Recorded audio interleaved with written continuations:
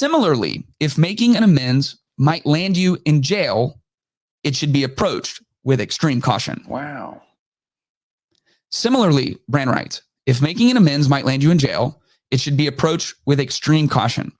We should be willing to deal with the consequences of our actions. And many practitioners of this program say that willingness to go to any lengths to change means we should be prepared to face even jail.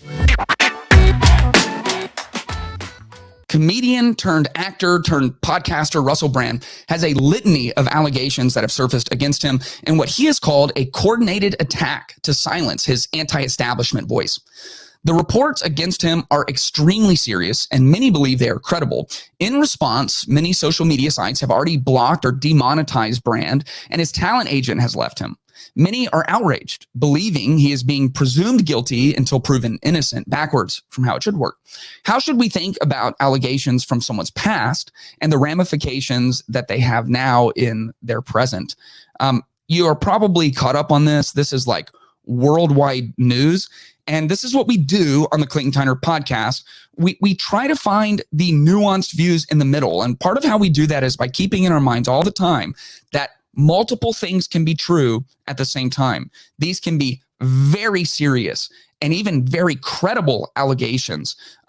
And it can be true that these have come out way after the fact. And it took reporters going to the women, including allegedly some women who did not have negative stories, which were left out of the story, and going and asking them. It can be true that the women all have testified anonymously, and it can be true that there have been no legal allegations brought at this point, only public allegations, now certainly with legal consequence, but no legal routes have been pursued, and we have to stop and wait to see that. It can be true that the nature of what is described is horrific and frankly gross in many circumstances, and that it seems like a very dangerous precedent for him to be demonetized and deplatformed and separated and culturally canceled and have money taken away before any of this has actually been proven out in a court of law. A dangerous precedent that would seem to say, if you just make the right kind of allegations against someone, you could destroy their life and destroy their livelihood almost in an instance. Now, if you aren't caught up on what's going on with Russell Brand, the New York Post has just a very simple kind of bullet point of the allegations that are against him. I'm going to read some of these. I'm going to kind of self-censor some of this for YouTube. One woman identified as Nadia alleged that Russell Brand had RAPED her against the wall of his Los Angeles home in 2012, and that she was treated at a RAPE crisis center the same day, according to medical records cited by news outlets. Another accuser, who was 16 at the time and is known only by the pseudonym Alice, alleged that the then 31-year-old called her, in quotes, the child, and assaulted her during their emotionally abusive and controlling 3-month relationship. A woman identified as Phoebe claimed he sexually assaulted her at his property in West Hollywood after they met at an Alcoholics Anonymous meeting, according to the Times of London. Brand allegedly trapped her in a bedroom and chased her around before pinning her down and assaulting her. The star's ex-girlfriend, Jordan Martin, made similar accusations in her self-published 2014 book. Pop star Danny Minogue angrily labeled Brand a vile predator as far back as 2006, accusing him of creeping her out by perving over her fabulous breasts and refusing to take no for an answer. Kind of what has surfaced is this idea that this was allegedly just kind of known behind the scenes, similar to how all of the things that came out about Harvey Weinstein, everyone just kind of knew about those, but Harvey Weinstein was useful to people and he got people acting roles. And so everyone just kept it on the down low, and he hung out with celebrities and he hung out with Oprah and he hung out with people, but everyone kind of knew that this was going on. And people say everyone kind of knew what was going on with Bill Cosby, and Hannibal Buress put him on blast in a comedy special. And everyone was like, wait, is this actually real? Russell Brand was just kind of known. And part of why it's known is because Russell Brand has been very, very open with this. Interestingly, I read his book, Recovery, Freedom from Our Addictions. I read this a few years ago. I'm a big believer in the 12-step process. And over the last 5 to 7 years, Russell Brand has publicly attempted to really turn his life around, to get free, not just from his substance abuse issues, which he's been sober from for quite some time, but then to get free from his sexual addiction. And he's been very open about this. He has publicly spoken about living a very chaste lifestyle. He got married and has stayed monogamous, according to him. He's had children. He's tried to be a dad, and he has had what he describes as a spiritual transformation. And so how do we balance this? And how do we think about this? And how would a Christian think about this? That we have this redemption and transformation, but on the other hand, we have justice and accountability. Redemption and transformation versus justice and accountability. We know that in the Christian worldview, there's like nothing better than redemption. In Luke 15, Jesus said, I tell you that in the same way, there will be more joy in heaven over one sinner who repents than over 99 righteous persons who need no repentance. All of heaven rejoices when one person repents, which means to change your mind, to get your life right, to stop living as a degenerate, to stop bragging about having sex with 80 women in a month, like he used to talk about, and to settle down, to be a man, to be a husband, to be a dad, all of those things. Well, what about the indiscretions from your past? So we have redemption and transformation versus justice and accountability. Galatians 6 says, do not be deceived. God is not mocked. For whatever one sows, that he will also reap. And so we're going to have to wait to see how the dust settles on all of this. Russell has come out and categorically denied all of this. This did not happen. This is made up. There are many who see this as exactly what Russell Brand said, a concerted conspiratorial attack on him because he's coming after the government. He's coming after Bill Gates. He's coming after Big Pharma. He's very anti-establishment. He's coming after mainstream media. Like every single day, he has over 6 million people who follow him on his YouTube account alone. And they are hearing a voice of someone who is railing against the biggest powers and biggest institutions.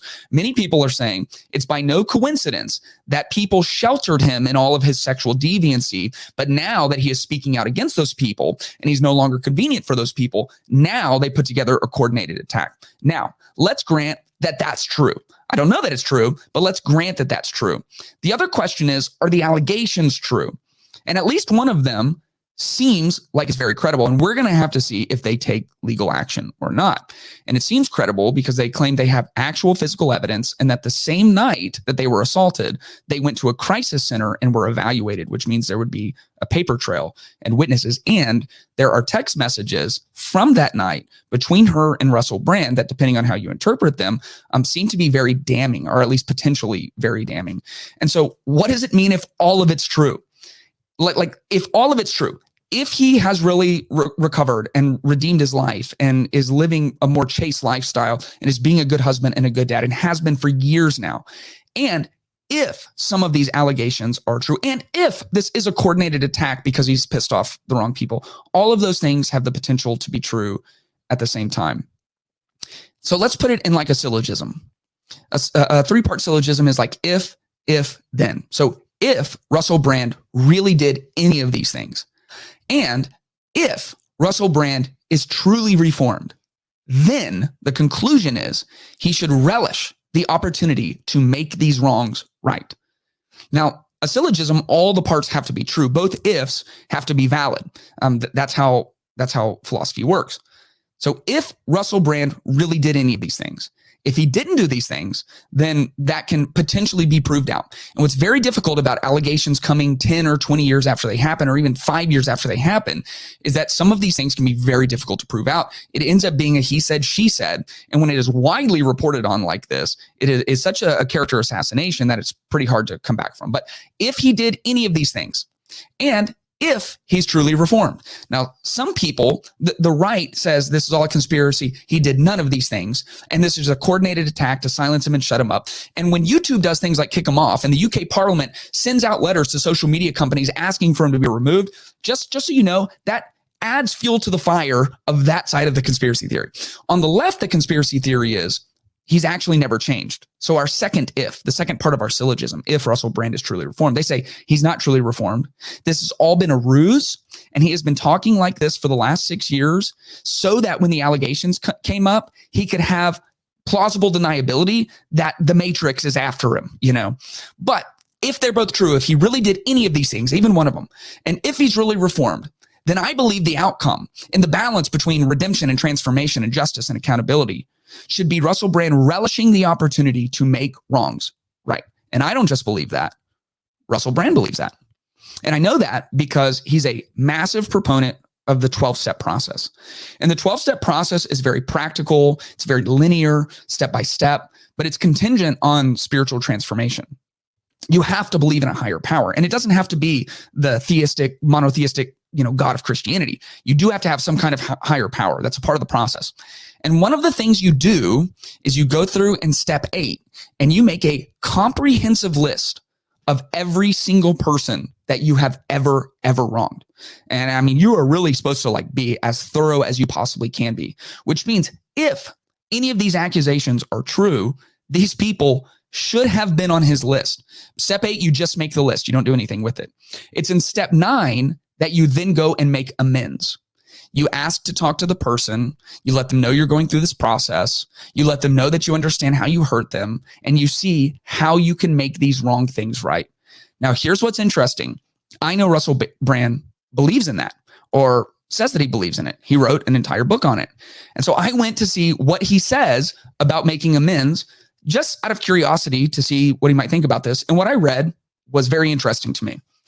He says some step 9s can't be made because to do so would injure them or others. And that's true. That's part of the process. If making a particular amends will harm the person you are making it to, don't make it. If it would give them information that would be painful to them, or if seeing you again would be traumatic, then refrain. These potential complications are further demonstration of the necessity for guidance in this process. And you have a guide, you have a mentor who helped you all the way through the 12 steps. A sponsor is what it's called. Similarly, if making an amends might land you in jail, it should be approached with extreme caution. Wow. Similarly, Brand writes, if making an amends might land you in jail, it should be approached with extreme caution. We should be willing to deal with the consequences of our actions. And many practitioners of this program say that willingness to go to any lengths to change means we should be prepared to face even jail. Many people. He's not completely saying he believes in that, but many people say that. In my personal experience, there was little of criminal nature. So this is important context. Little of criminal nature that needed to be amended. Stealing from MTV is a crime, which he talks about earlier in the book. Obviously, I was using illicit drugs, but most of my wrongs amounted to cheating and exploiting people and being incredibly selfish. Under guidance, I still concluded that a good many people would best be addressed by letter, that the last thing they would want was me looming back into their lives with combed hair and good intentions. According to his own writings and his own work, and I think Russell Brand has done an amazing job of introducing many people to the 12 steps, of being an example that you can overcome addiction and live a different life. I'm so thankful for that. I'm the biggest fan of redemption. He does say, if this could land you in jail, some people think you should do that. Some people think that you should be cautious. It is important to note, in that same context, he says, the amends I needed to make were not criminal in nature. And so what actually happened in these situations? We need time to tell. Should we be deplatforming and demonetizing people based off of nothing but allegations that came through media? And there's nothing wrong with reporters reporting, reporters digging in. You should seek to live a life above reproach so a reporter can comb through your entire past and talk to everyone you've ever touched. And there's nothing there, That's not his case. He's been very clear that's not his case. He's been very open with his promiscuity in the past. And they have found some people who feel very wronged by him. Now, they are anonymous at this point, and there's no legal action taken at this point. And part of what the freedom of speech does under the First Amendment that most people don't know, part of what it does is it assumes that the general population has enough wisdom and enough intelligence to parse through people's speech on their own. That we don't need the strong arm of the UK Parliament or the very few tech monopolies who control the public square and how speech operates now. We don't need them babysitting us and what we can hear or not. That we have the capacity to let things play out. Legal processes, investigations, allegations. I think it's very dangerous that someone can just make an allegation and know they can ruin your life. We intentionally have an innocent until proven guilty system because of that. And if we're going to reverse on that, We have to do it consistently. And I think that we would be worse off from limiting free speech to that degree, not better off. If any of these things are true, they're very serious. And we're putting a lot of emphasis on Russell Brand. But if any of these are true, we need to pray for those who are victimized as well. What's being described are the kind of things that traumatize people for life. And let's go back to our syllogism. If any of these things did happen, even one of them, and if Russell Brand truly has reformed his life, then he should relish the opportunity to make these wrongs right. There are things in our past where even though we have been redeemed and made new and created new paths for ourselves, there are decisions and actions in our past that can have consequence into our new reality and our new future. And the right thing to do if we're really seeking redemption is to embrace that and to make wrongs right, whatever it takes. I hope you enjoyed this clip from the Clayton Tyner podcast. If you want to watch the full podcast, you can check that out somewhere right around here. And if you want to subscribe, you can do that right over here somewhere. Also, you can follow me at Clayton Tyner. That's Tyner on Twitter and Instagram. I would love for you to subscribe to the channel so you can keep up with everything that we're doing.